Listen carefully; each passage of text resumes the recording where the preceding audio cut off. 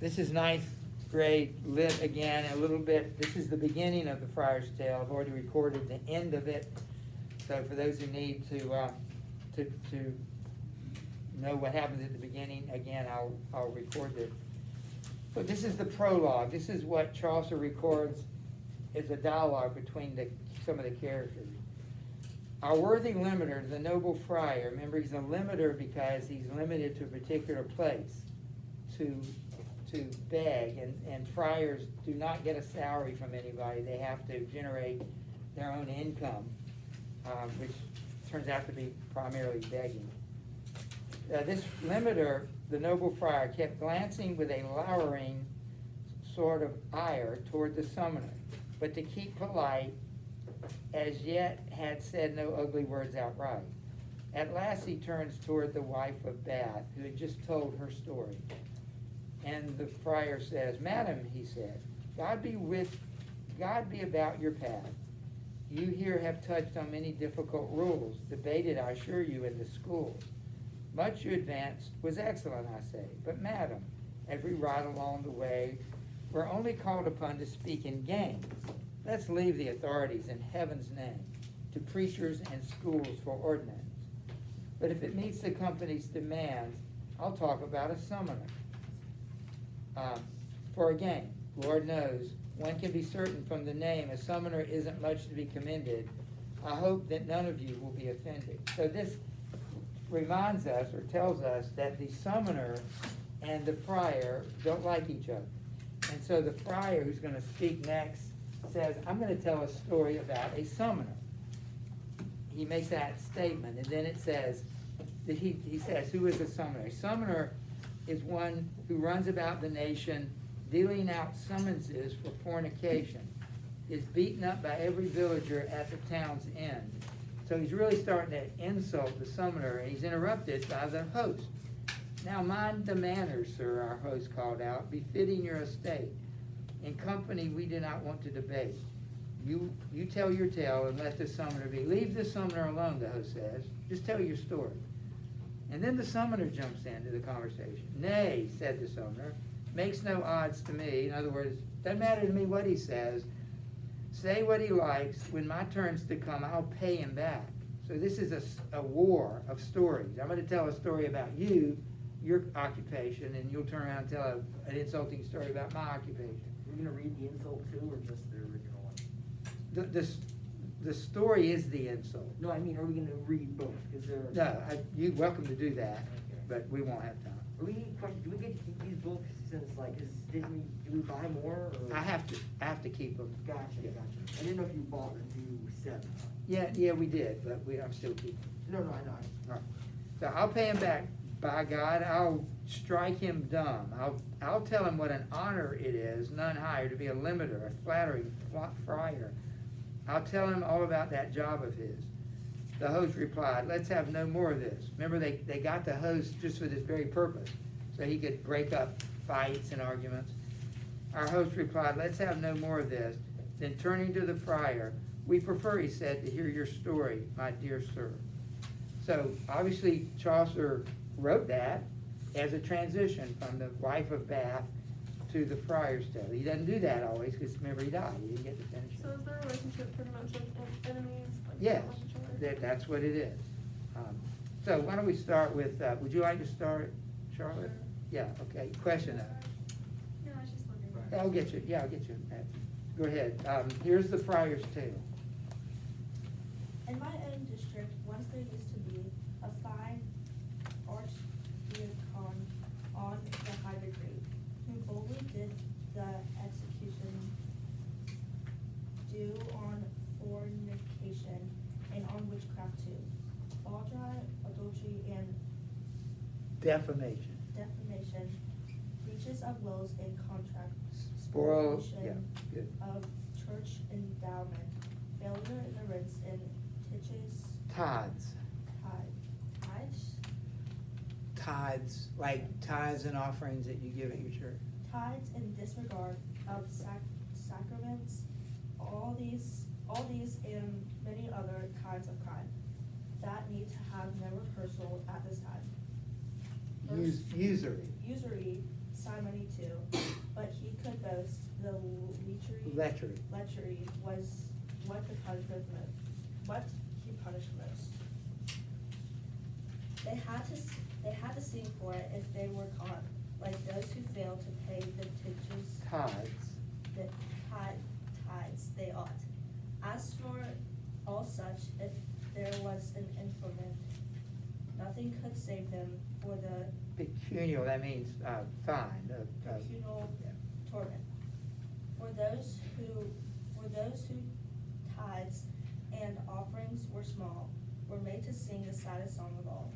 And ere the bishop caught them with his crook, they were all down in the archdeacon's book, and he had jurisdiction, is that how you say it? Jurisdiction, yeah. Jurisdiction and on inspection. Right. And powers to administer correction. Right, so basically, we learned that the archdeacon is the guy that writes out the summons. The summoner, all his job is to deliver the summons. That's all he does.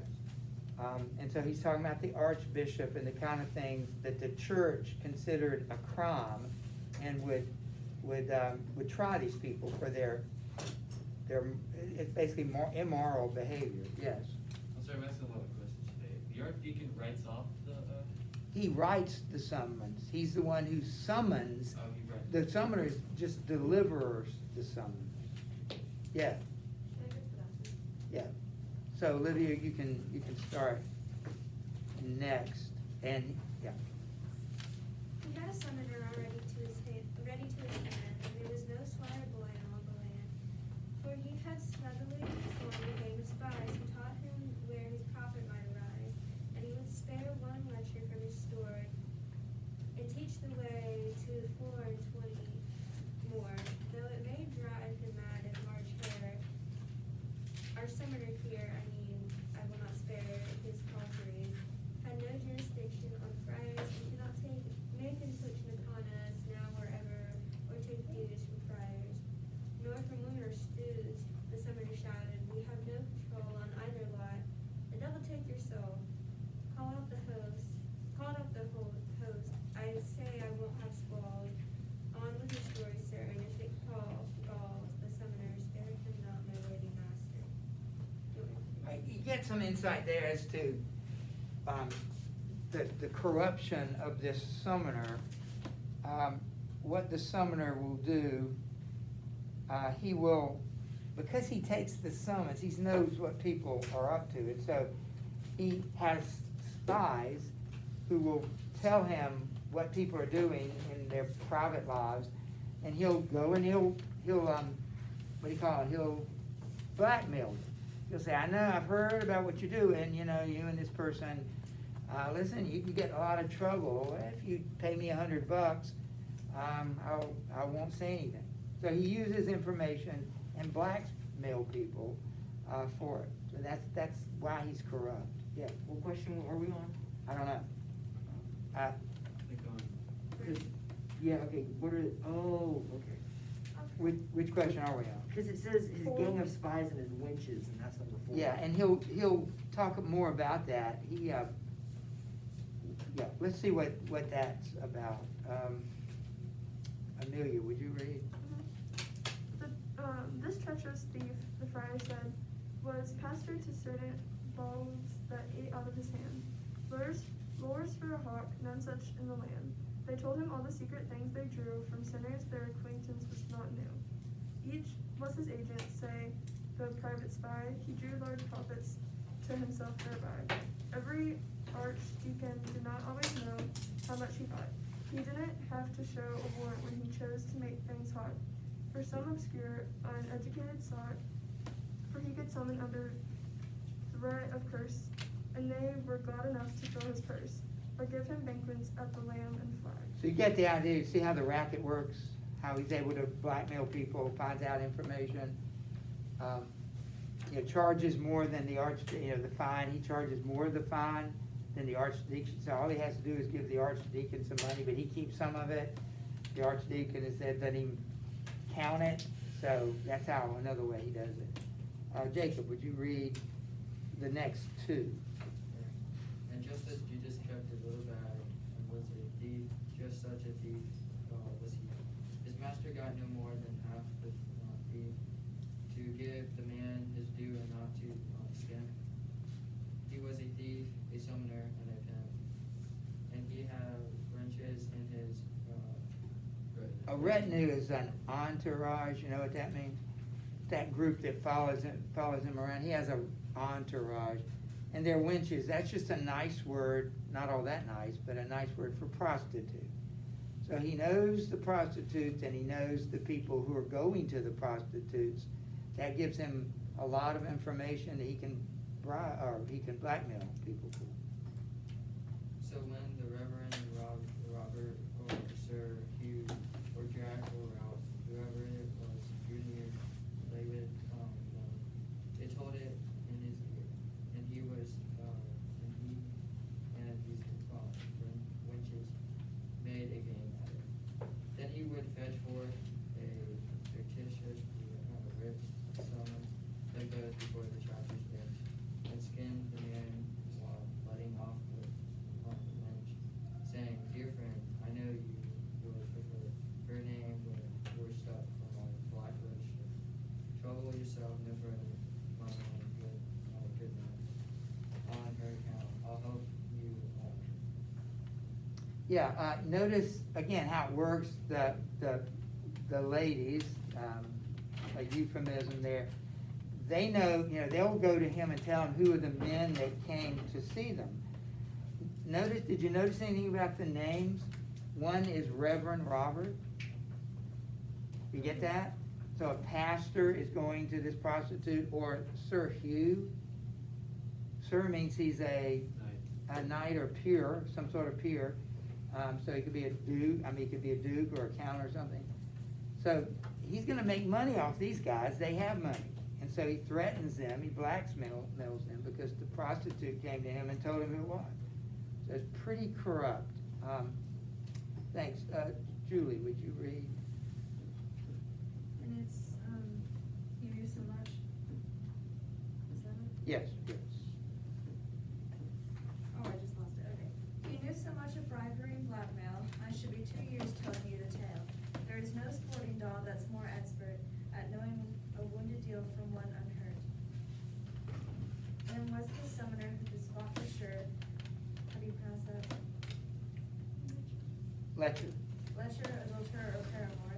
Indeed, on that his whole attention went, because it was the source of all his friend. All right, Lazman. So it befell that on a certain day the summoner rode forth to catch his prey, a poor old fellow of the widow's tribe, from whom, on a feigned charge, he hoped a bribe. Now as he rode, it happened that he saw a gay young yeoman under a leafy straw. He bore a bow with arrows bright and keen, and wore a little jacket of bright green, and had a black fringed hat upon his head. "Hail, welcome, and well met," the summoner said. "Welcome you and all good luck, good lads," said he. "Whither away under the greenwood tree?" pursued the yeoman. "Have you far to go?" Okay, before you go on, he meets a yeoman. What's a yeoman? Not the yeoman who was a pilgrim, but a yeoman nonetheless.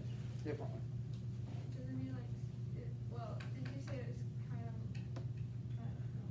Does he say fear the ground, or manages? Well, actually, he owns his own property, so he's a small farm owner. But in both cases, these yeomen live in the forest, so they are dressed like Robin Hood. It's not, but it's like him.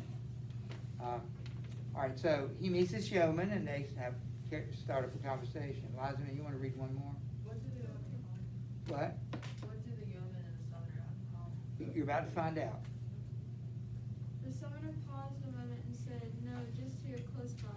In fact, I'm only bent on going for a ride to raise a rent that's owing to my lord a little fee." "Why then are you a bailiff?" "Yes," said he. He did not dare, for very filth and shame, say that he was a summoner for the name.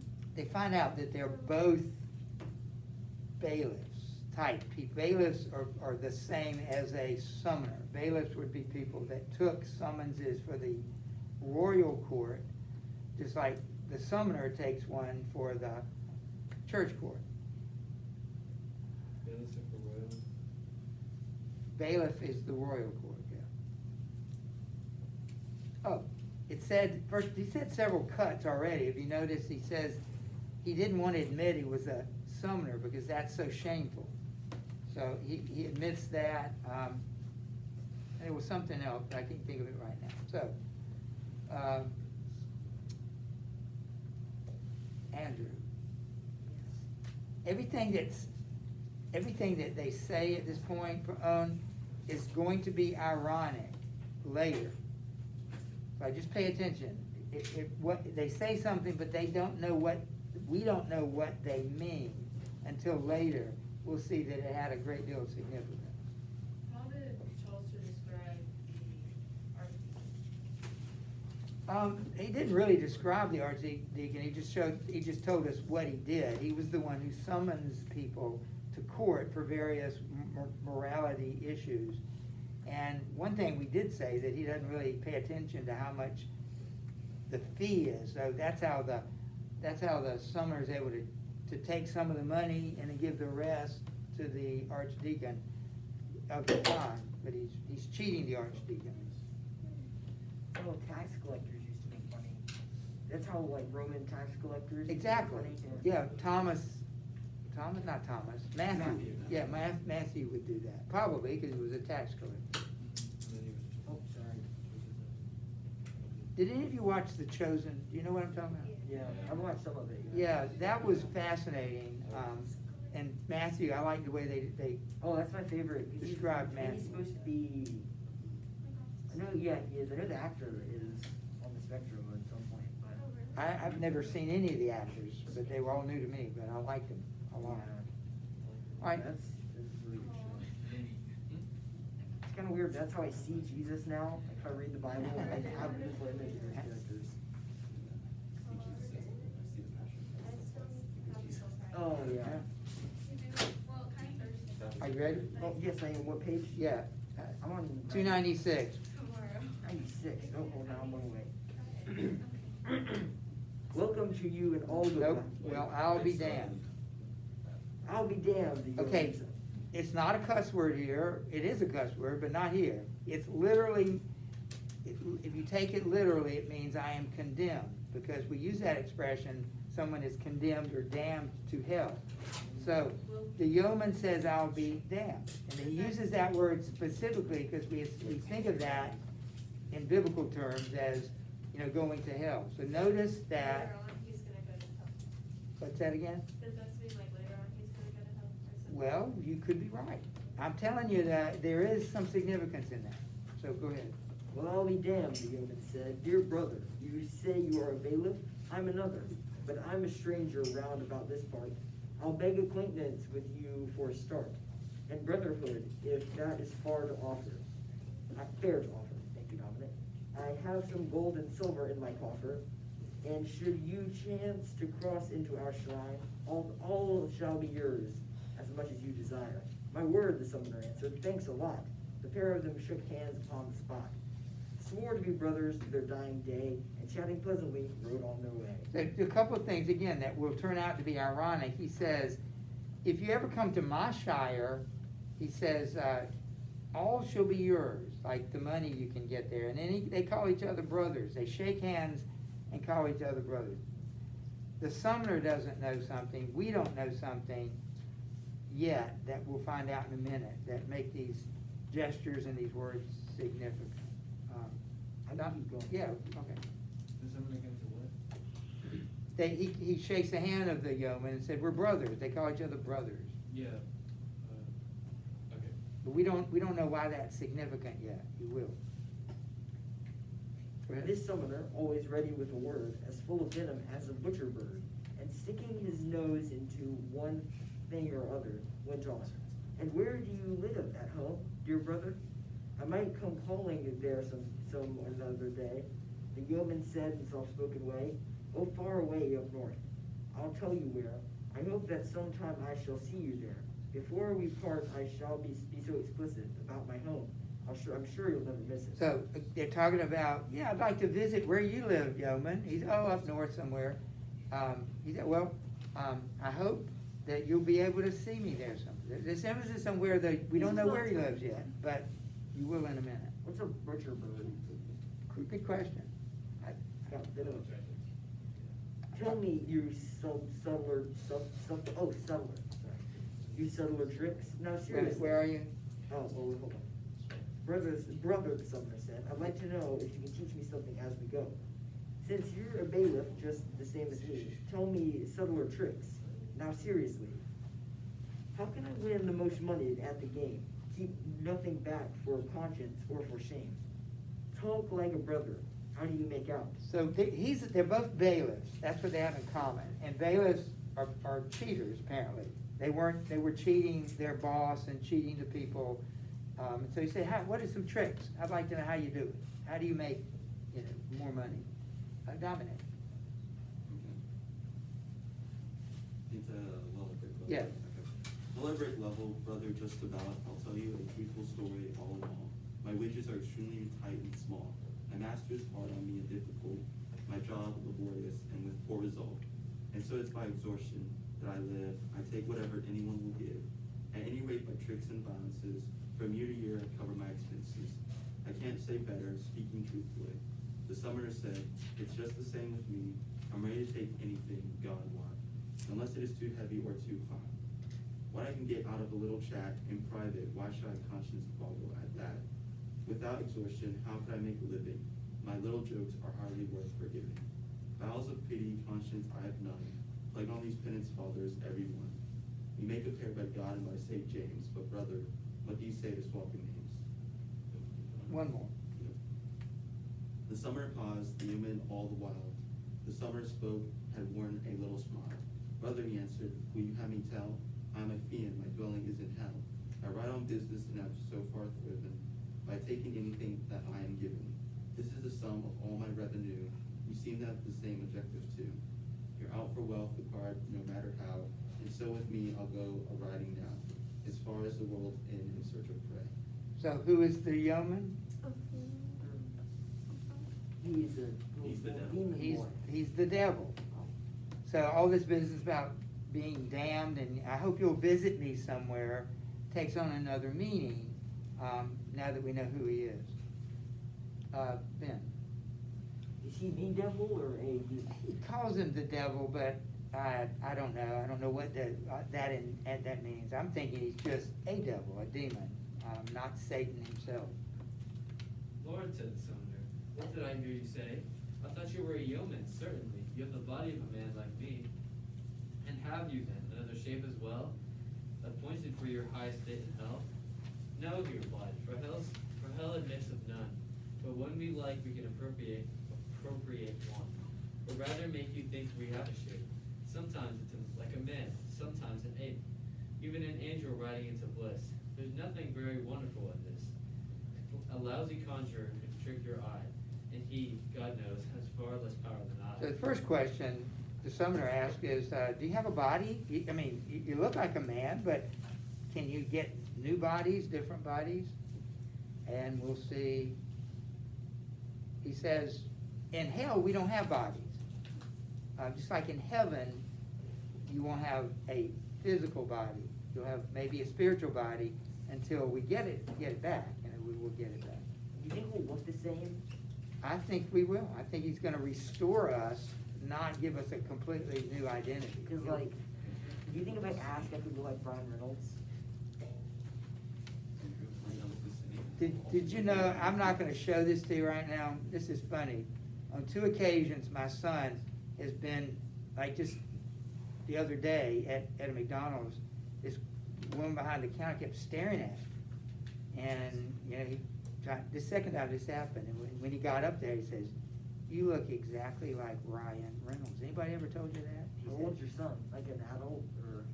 yes, he's 38 years old. Oh, yeah, that is an adult. And so he shows, I don't even know what Ryan Reynolds looks like. And I don't think he looks much like him, but if you never,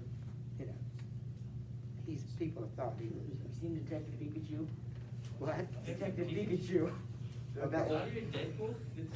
Yeah. That's my favorite Ryan Reynolds. Red Notice? All right, hang on, question.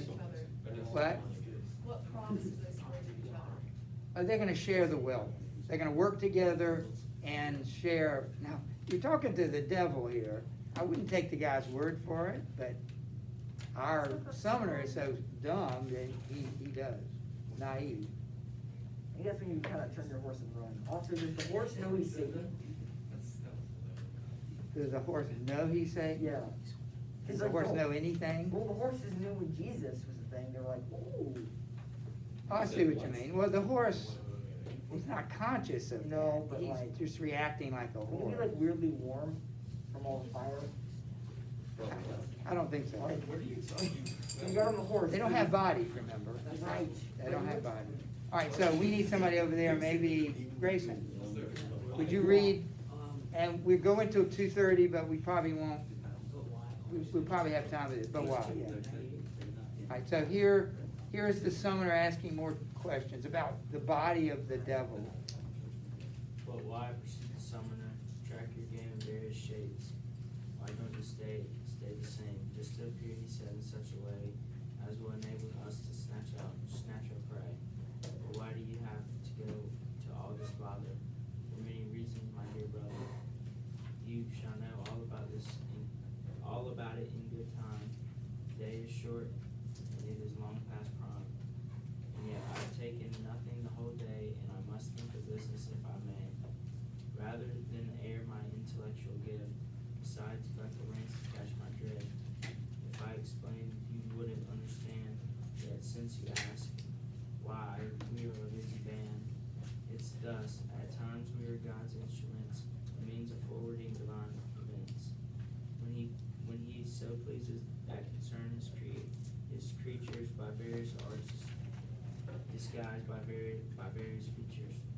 We have no power without him, that's a fact, if it should please him to oppose some act.